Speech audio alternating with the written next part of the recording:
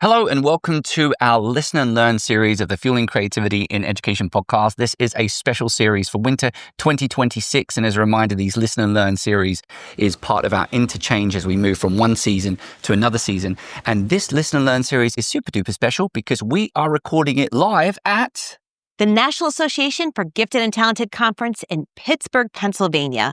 And Matt and I this week, we've done some scholarly work that's about our upcoming book, 10 Actions to Fuel the Future Creative. So be on the lookout for that link. And this Listen Learn series is all about capturing some moments we've had with some scholars and practitioners, and even a past guest we've had on the show who was fantastic, to talk about the latest and greatest of what's happening in creativity and gifted education. So, as always, don't forget that with these Listen and Learn series, we do take all of the episodes and put them on our websites. They're available on one page. So you just need to go to fuelingeducationpodcast.com to find that series, and we hope you enjoy. My name's Dr. Matthew Worwood. And my name is Dr. Cyndi Burnett.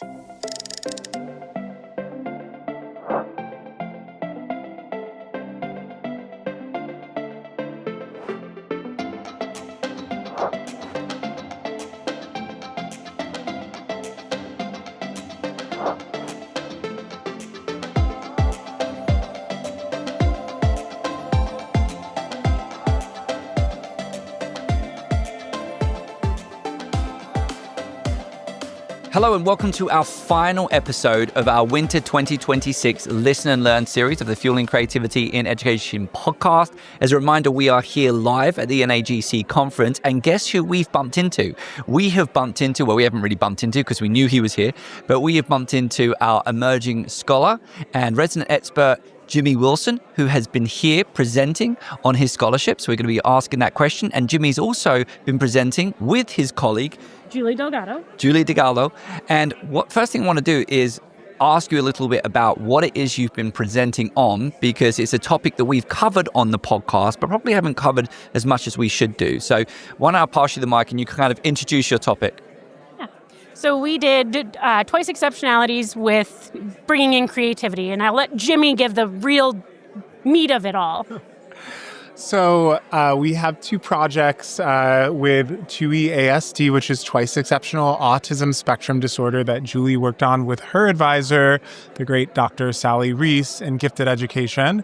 And there's been a thinker in creativity, Mitch Resnick, at the Lifelong Kindergarten Lab at MIT, which you actually had the leader of that on the show, I think, last season.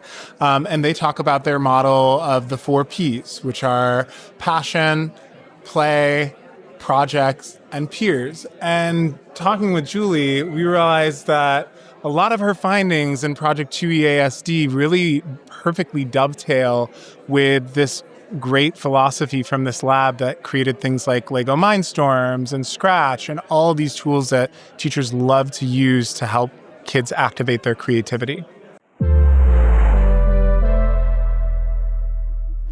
So, Julie, I want to follow up a little bit on that, because that connection that you're bringing to, that's one of the great things in scholarship, is when you find a colleague, you're bouncing ideas off of each other.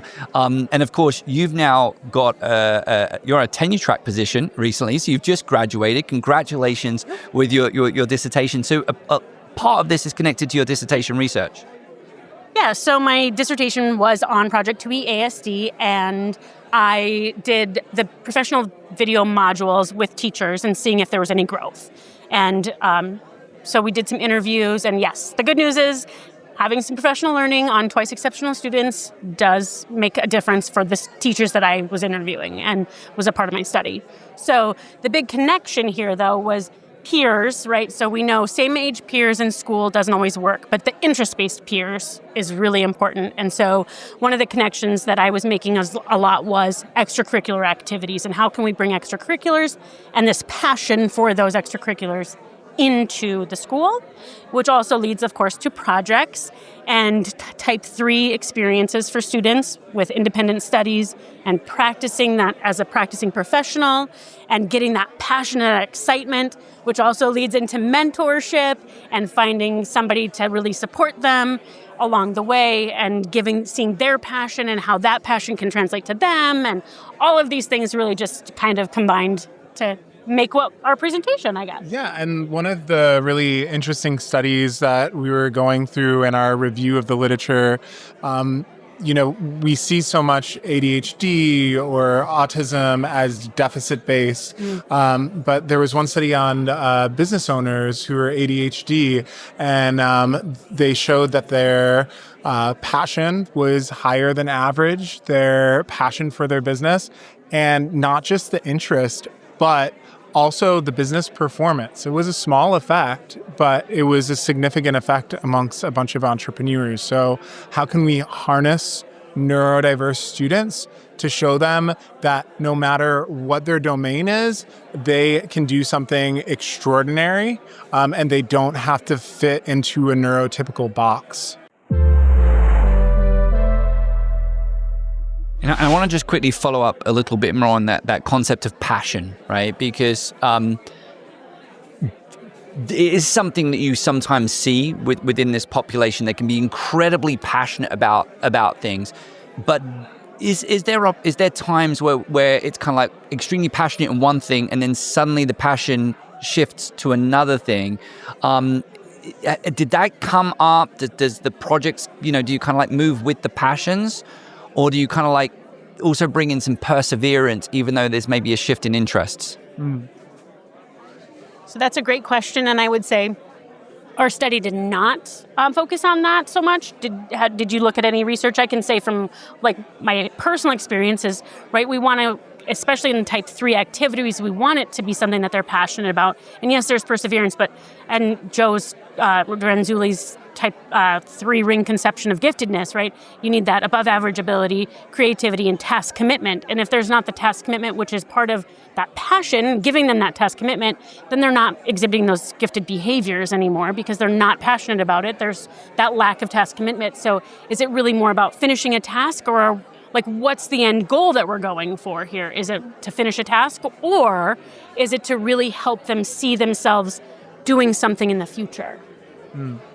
I absolutely love that. And it's the fuel, isn't it? Like, and it's like gold dust. I mean, as an educator, if you're an educator and you're seeing a student with passion, then you have everything you need to build a successful learning experience. And in fact, is it fair to say that the model that you've put together, the framework, is really just about implementing that because their passion is just going to drive them and take them forward?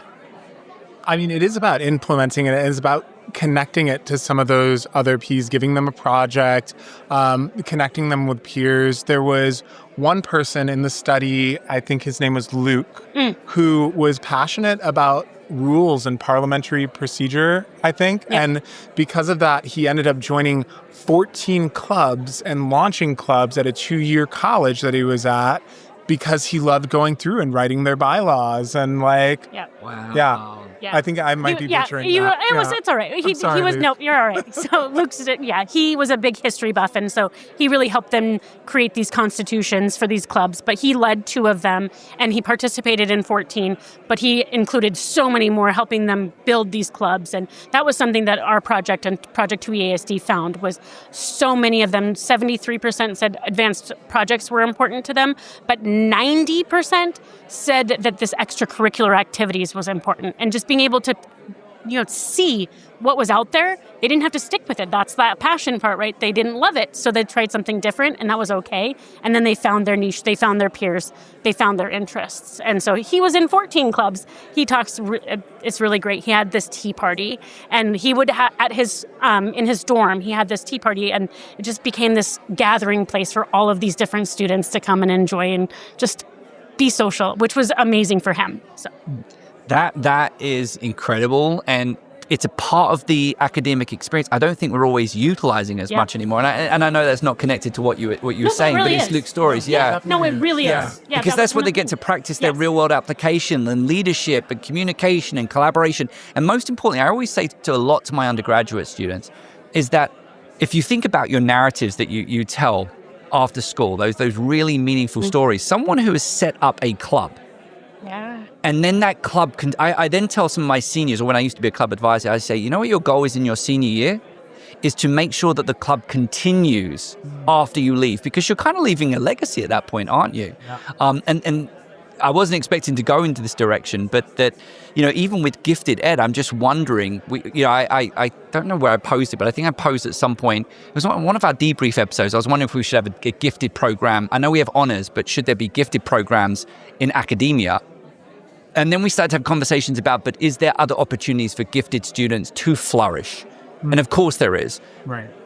I think the club piece is probably something we don't make enough of. Yeah. It's not just, of course it's enjoyment, but there's so much more to running a club.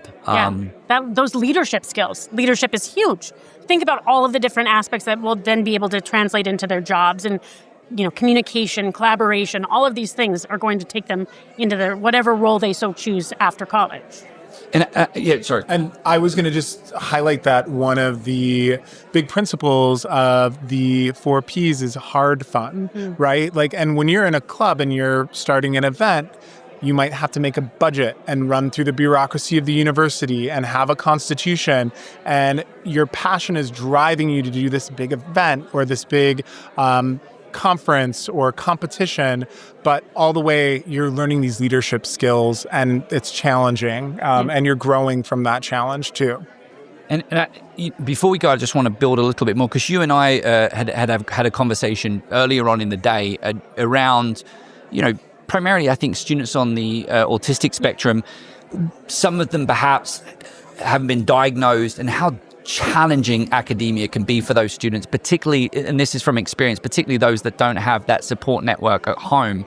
And so often they're wanting to develop those skills where they're interacting with other people.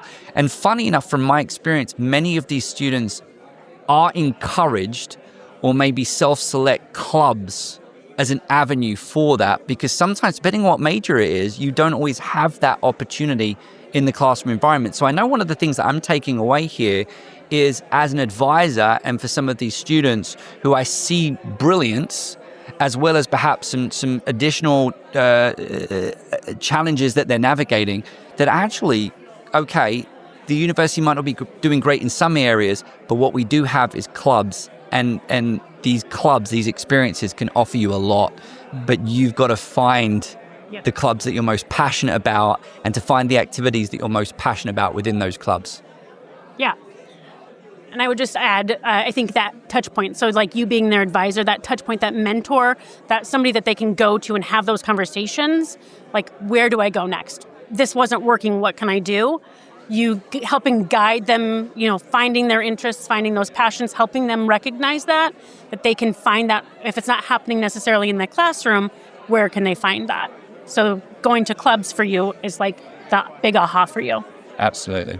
Well, Jimmy, Julie, thank you so much. It's been amazing. It's a long night. It's in the evening here. We are starting to crash a little bit, but we did cram in this final Listen and Learn episode.